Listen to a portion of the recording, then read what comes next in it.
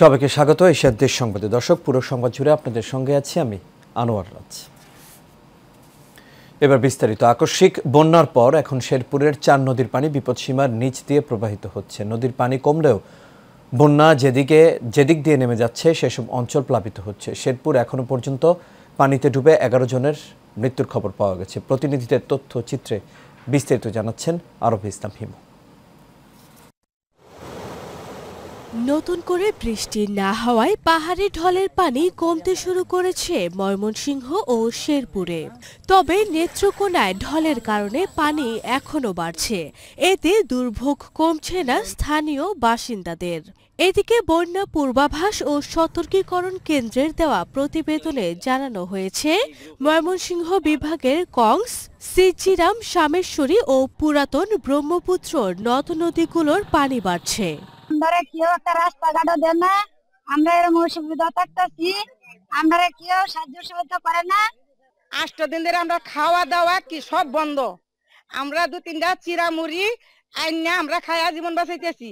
আমরা কোনো সাহায্য কোনো কিছু দেয় না। জেলার 5 উপজেলার 1.5 লাখেরও বেশি মানুষ জলমগ্ন আছেন। বাড়ি ঘর ছেড়ে আশ্রয় কেন্দ্রে ঠাঁই নিয়েছেন অনেকেই। তবে খাবার ও বিশুদ্ধ পানির চরম সংকট দেখা দিয়েছে। বাড়ি ঘর তলায় গেছে, গরু ছাগল সব গেছে গা বাসা। আমরা খুব ক্ষতিগ্রস্ত। আমরা এই খাওয়া দাওয়ার সমস্যা। এদিকে বন্যা পরিস্থিতির অবনতি হয় প্লাবিত হয়েছে নতুন নতুন এলাকা। এতে পানিবন্দী জীবনযাপন করছেন লক্ষাধিক মানুষ। আরব ইসলাম হিমু, এশিয়ান টেলিভিশন। দর্শক, শেরপুরের নকলার বন্যার সবশেষ খবর জানিয়েছেন সহকর্মী মিন্টু খন্দকার।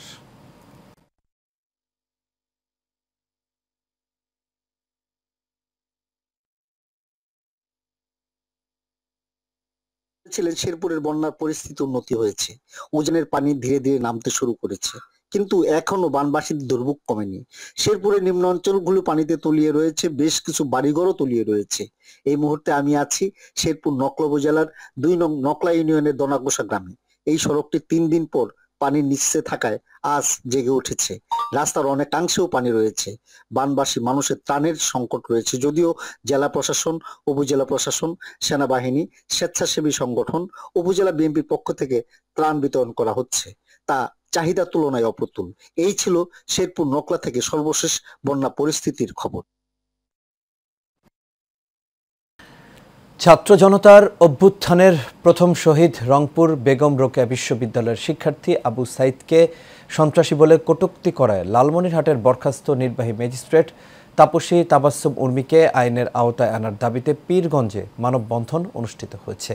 দুপুরে রংপুরের পীরগঞ্জ প্রেস ক্লাবের সামনে বৈষম্য বিরোধী ছাত্র আন্দোলন ও আবু সাইদের পরিবারের আয়োজনে মানববন্ধন ও সমাবেশের অনুষ্ঠিত হয়। এতে বক্তব্য রাখেন রংপুর জেলা বিএনপির আহ্বায়ক সাইফুল ইসলাম, শহীদ আবু সাইদের বড় ভাই রমজান আলী, আবু হোসেন সহ আরও অনেকে। এই সময় শহীদ আবু সাইদের পরিবারের পক্ষ থেকে দ্রুত সময়ে উর্মিকে গ্রেপ্তার ও স্থায়ী বহিষ্কারের দাবি জানানো হয়।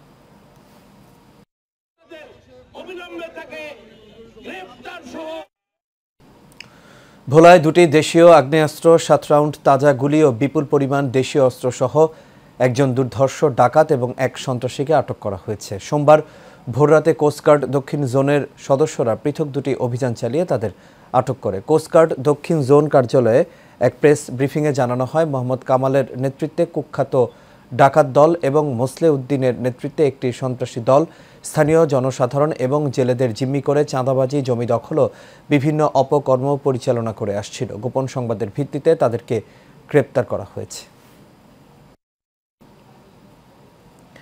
পঞ্চগড়ে সীমান্ত দিয়ে অবৈধ উপায়ে ভারতে অনুপ্রবেশের সময় 5 জনকে আটক করেছে নীলফামারী 56 বিজিবি ব্যাটালিয়নের মালকাডাঙ্গা ক্যাম্পের সদস্যরা। সোমবার রাতে উপজেলার বড়শশী ইউনিয়নের সীমান্ত হতে মেইন পিলার 775-এর 100 গজ বাংলাদেশের অভ্যন্তরে শুয়েরপাড় এলাকা থেকে ওই 5 জনকে আটক করা হয়। এই ঘটনায় জড়িত মনোয়ার হোসেন নামে পালিয়ে গেছেন বলে জানিয়েছে বিজিবি। আটককৃতরা হলেন নীলফামারী জেলার ডোমার উপজেলার নন্দ কিশোর রায়, পরিমল রায়, নিত্যানন্দ রায়, সঞ্জয় চন্দ্র এবং শ্রী কল্যাণ রায়।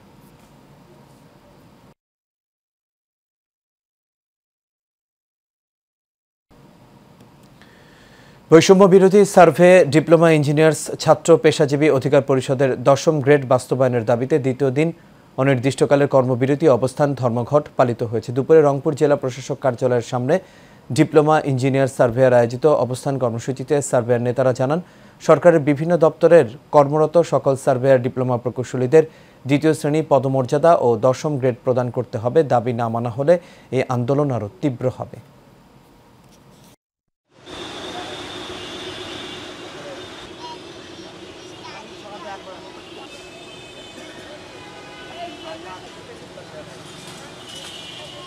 সারা বাংলাদেশের 33টা ফ্যাকাল্টি আছে আমাদের এই ডিপ্লোমা।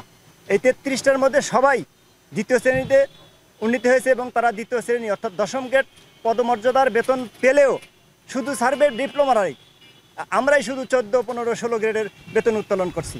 আমাদের দাবি মানলেই আমরা সবাই ঘরে ফিরে যাব। জনসাধারণকে আরও উৎসাহের মাধ্যমে আরও বেশি বেশি সেবা দিব। 94 সালে যে পরিপত্র ছিল জনপ্রশাসন মন্ত্রণালয়ের আমাদের 10ম গ্রেড দেওয়া হবে, সেই পরিপত্রের বাস্তবায়ন নেই। এই পরিপত্র বাস্তবায়ন না হলে আমরা আগামীতে হয়তো আরো কঠোর আন্দোলনে যাব। মেলান্দহ উপজেলার 2 নম্বর কুলিয়া ইউনিয়নের ভল্লভপুর গ্রামের বাসিন্দা মৃত আব্দুলের ছেলে মোহাম্মদ জিন্নার বসতবাড়িতে হামলা ও ভাঙচুরের ঘটনা ঘটেছে।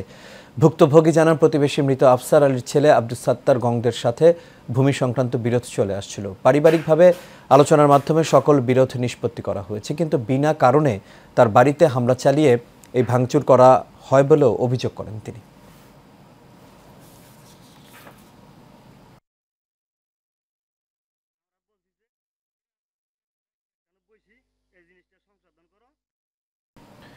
লক্ষ্মীপুর জেলার রায়পুরে ভোক্তা অধিদপ্তরের বাজার তদারকি অভিযান পরিচালিত হয়েছে। নিত্য প্রয়োজনীয় পণ্য, কাঁচা বাজার, ডিম, গ্যাস সিলিন্ডার, মুদি দোকান, ফার্মেসি তদারকির জন্য এই অভিযান পরিচালনা করা হয়। এই সময় বেশি দামে পণ্য বিক্রি করায় ব্যবসায়ীকে জরিমানাও করা হয়। এই অভিযানে নেতৃত্ব দেন ভোক্তা অধিকার সংরক্ষণ অধিদপ্তর লক্ষ্মীপুর জেলা কার্যালয়ের সহকারী পরিচালক নূর হোসেন।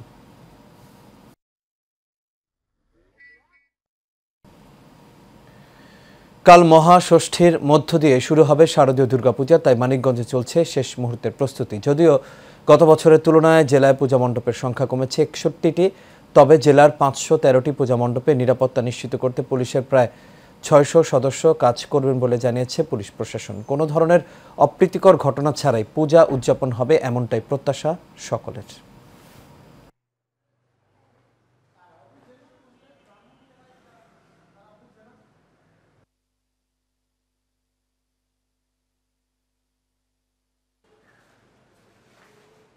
এই পূজা উপলক্ষে আমাদের পুলিশ প্রশাসন যেভাবে সার্বিকভাবে সহযোগিতা করতেছে, সবসময় খোঁজখবর রাখতেছে, টহল পার্টি দিয়ে সবসময় আমাদের নিরাপত্তার আদরে রাখতে চাচ্ছে, সেটা খুব পজিটিভ দিক আছে। সেই হিসাবে আমরা খুব উৎফুল্ল যাতে দুর্গা পূজাটা আমরা ভালো মতো করতে পারবো, এটা আমরা আশাবাদী।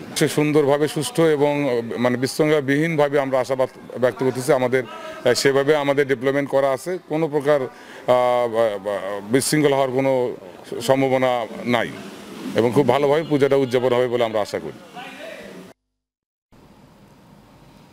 উৎসবমুখর পরিবেশে এবার শারদীয় দুর্গাপূজা উদযাপিত হবে বলে মন্তব্য করেছেন বিএনপির কেন্দ্রীয় সাংগঠনিক সম্পাদক মাহবুবুর রহমান শামীম। দুপুরে নগরীর জেএম সেন হলে চট্টগ্রাম কেন্দ্রীয় পূজা মণ্ডপ সহ বিভিন্ন পূজা মণ্ডপ পরিদর্শনকালে তিনি এই কথা বলেন। মাহবুবুর রহমান শামীম বলেন, দুর্গাপূজা উদযাপনে সব প্রস্তুতি সম্পন্ন হয়েছে।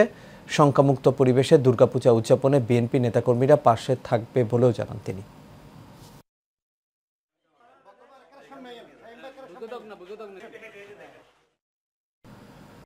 শারদীয় দুর্গোৎসব উপলক্ষে সিএনডি মজুমদার ফাউন্ডেশনের উদ্যোগে বাংলাদেশ হিন্দু ফাউন্ডেশন মিলনায়তনে অসহায় ও দুস্থদের মাঝে বস্ত্র বিতরণ করা হয়েছে। বাংলাদেশ পূজা উদযাপন পরিষদ চট্টগ্রাম জেলার সভাপতি অ্যাডভোকেট নিতাই প্রসাদ ঘোষের সভাপতিত্বে এতে প্রধান অতিথি হিসেবে উপস্থিত ছিলেন চট্টগ্রাম সহকারী জেলা প্রশাসক রাকিবুল ইসলাম। এ সময় আরও উপস্থিত ছিলেন বাংলাদেশ পূজা উদযাপন পরিষদ এসএনডি মজুমদার ফাউন্ডেশনের চেয়ারম্যান দিলীপ কুমার মজুমদার।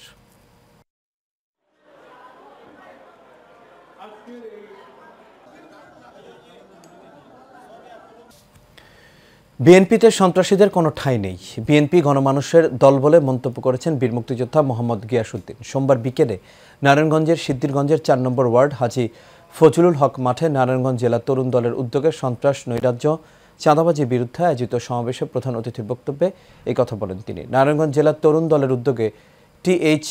তোফার সভাপতিত্বে জনসভায় বক্তব্য রাখেন সিদ্ধিরগঞ্জ থানা বিএনপির সভাপতি মাজেদুল ইসলাম, সাধারণ সম্পাদক মোহাম্মদ ইকবাল হোসেন সহ আরও অনেকে।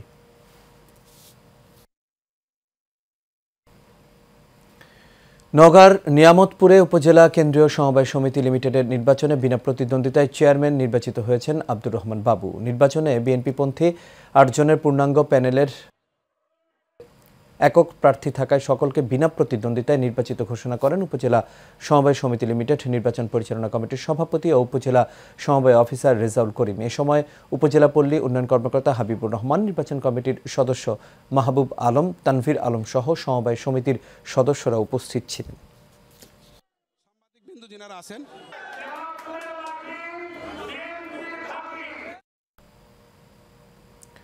তরুণদের সম্পৃক্ত করে উন্নত নগর গড়ি, এই প্রতিপাদ্য নিয়ে প্রতি বছরের ন্যায় এই বছরও চট্টগ্রাম উন্নয়ন কর্তৃপক্ষ বিশ্ব বসতি দিবস পালিত হয়েছে। চৌক চত্বরে সকালে কর্মসূচি উদ্বোধন করেন চট্টগ্রাম উন্নয়ন কর্তৃপক্ষের চেয়ারম্যান প্রকৌশলী নুরুল করিম। এ সময় উপস্থিত ছিলেন চৌক বোর্ডের সদস্য প্রকৌশলী মনজারে খোরশেদ আলম, স্থপতি পরিকল্পনাবিদ সৈয়দা জারিনা হোসেন, স্থপতি ফারুক আহমেদ সহ আরও অনেকেই।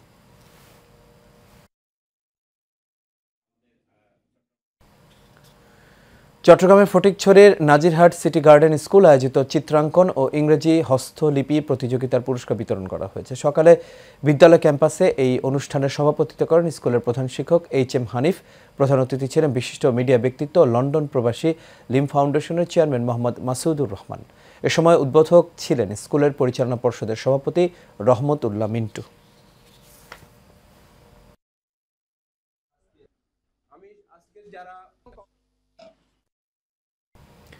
চট্টগ্রামে আদালতে নিষেধাজ্ঞা অমান্য করে জমি দখল চেষ্টা ও ভরাটের অভিযোগ উঠেছে। বায়াজিদ থানার শীতল ঝর্ণা এলাকার সাবেক কমিশনার মৃত ইয়াকুবের পরিবার জানায় তাদের ওপর বিভিন্নভাবে নির্যাতন করে আসছেন রাউজানে ভূমিদস্যু রাশেদুল আলম। আদালতে নিষেধাজ্ঞা থাকা সত্ত্বেও জমি ভরাট করার চেষ্টা করে সে। বিষয়টি থানায় অবগত করলে অভিযুক্তরা পালিয়ে যায়। বিষয়ে প্রতিকার চেয়ে প্রশাসনের সহযোগিতা কামনা করেছেন ভুক্তভোগী পরিবার।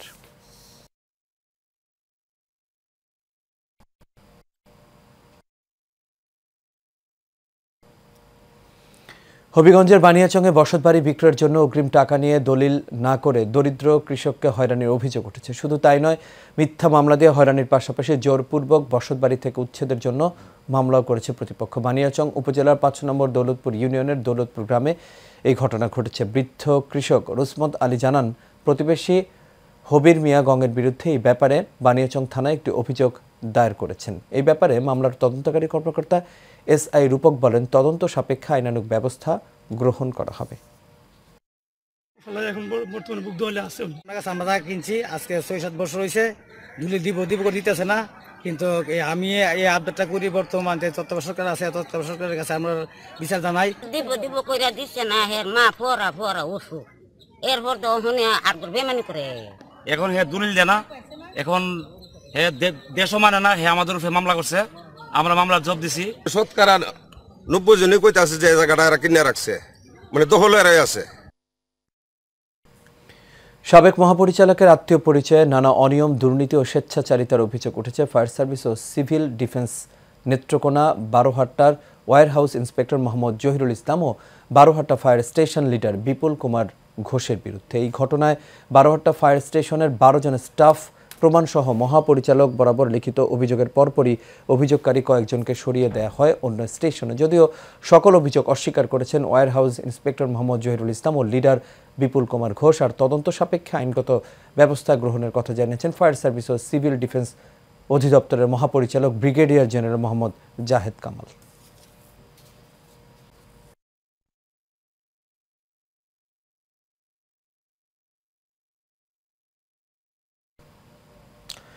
কুড়িগ্রামের নাগেশ্বরীতে দুধকুমার নদী ভাঙন রোধে মানববন্ধন করেছে এলাকাবাসী। দুপুরে উপজেলার বল্লভের খাস ইউনিয়নের কুড়ারপাড় ভেলকারচর গ্রামের দুধকুমার নদীর তীরে এই মানববন্ধন অনুষ্ঠিত হয়।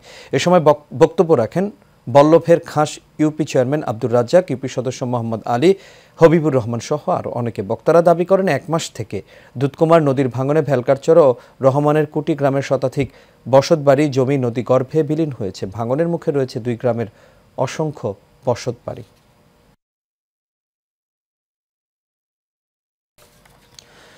দর্শক, দেশ সংবাদ এ পর্যন্ত। আমাদের পরবর্তী সংবাদ দেখার আমন্ত্রণ রইল। এতক্ষণ সাথে থাকার জন্য সবাইকে ধন্যবাদ।